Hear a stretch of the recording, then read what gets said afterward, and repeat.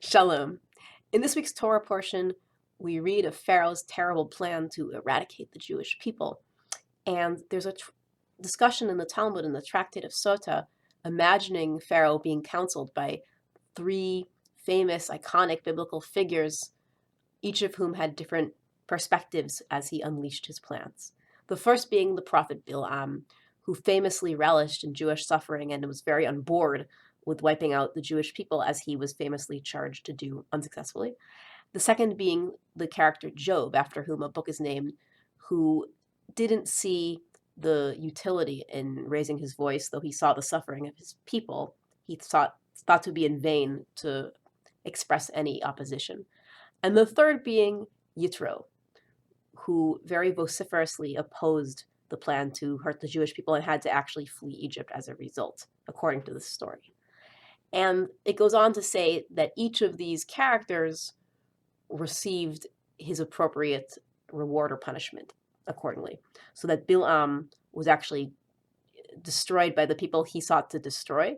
Job became the most famous sufferer in the Jewish people, suffering so much that finally he had to protest when he suffered himself. And the third being Jethro, who of course was rewarded greatly by marrying into the wonderful family of Moses and being celebrated character in our tradition.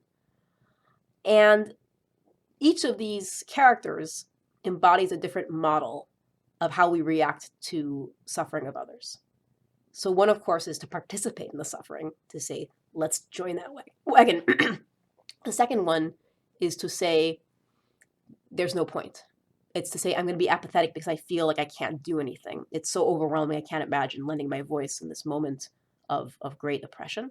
And the third being that courageous voice, that voice of reason, and that voice of justice, that being that of Jethro. We see this value emphasized, this value of compassion and a cry for justice, when we read in the Ethics of the Fathers the 48 ways through which one acquires Torah. Obviously, we acquire Torah through studying. Obviously, we acquire Torah through listening. But what's really notable here is actually one of the ways described is through carrying the burden of others. When we act compassionately and we really suffer together with our brethren, with our human neighbors, that really makes us worthy of Torah.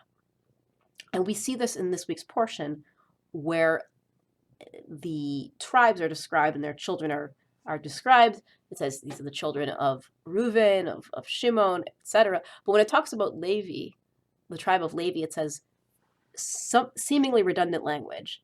These are the names of the sons of Levi, etc. And it lists them. And the Shla, the commentator of the Shla, says this language is to draw our attention to the fact that while the rest of the nation was enslaved, the Levites weren't. However, they still felt the need to participate in the sorrow of their family. And the names reflect that.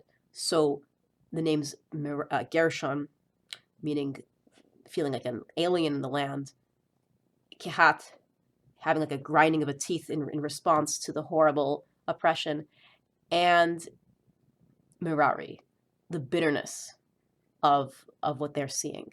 And so the Levites merit to have from them the greatest leaders of the nation, namely Moses, Aaron, and their families. And so from this, we learn an important lesson that's really a reversal of what we read at the outset of the portion, where Pharaoh is the first person to call our nation a nation. And he says so in a very dehumanizing way, in the way that all peoples who become dehumanized originally are kind of categorized, stripped of their humanity, and turned into functions, turned into stereotypes. So from here, we learn two important lessons at least. One is the importance of names, of really encountering the person as they are through their name, through their identity, and not simply relegating them to a status of amorphous masses who are teaming to conspire against us. And the other piece, of course, on an internal basis is the importance of love and of really suffering together with those we see in pain. Job could have responded this way in the imagination of this Talmudic story, but Jethro chose to be part of this people through his love, through his commitment, to them, even and especially in the worst of times. So this is a very important lesson to us, and we'll be hearing more about the importance of justice, especially on this wonderful MLK weekend, where we celebrate the legacy of speaking truth to power. And what a better way than to celebrate the bat mitzvah of a tremendous young woman in our community. Abigail Greenberg will be celebrating her bat mitzvah, becoming a bat mitzvah tomorrow, Shabbat. And last but not least, I want to show you a glimpse of some of the exciting things happening here at Bethel in the building. We have a wonderful event going on right now. There's the saying in the Ethics of the Fathers, there's no Torah without flour, and there's no flour without Torah, meaning making bread and so forth.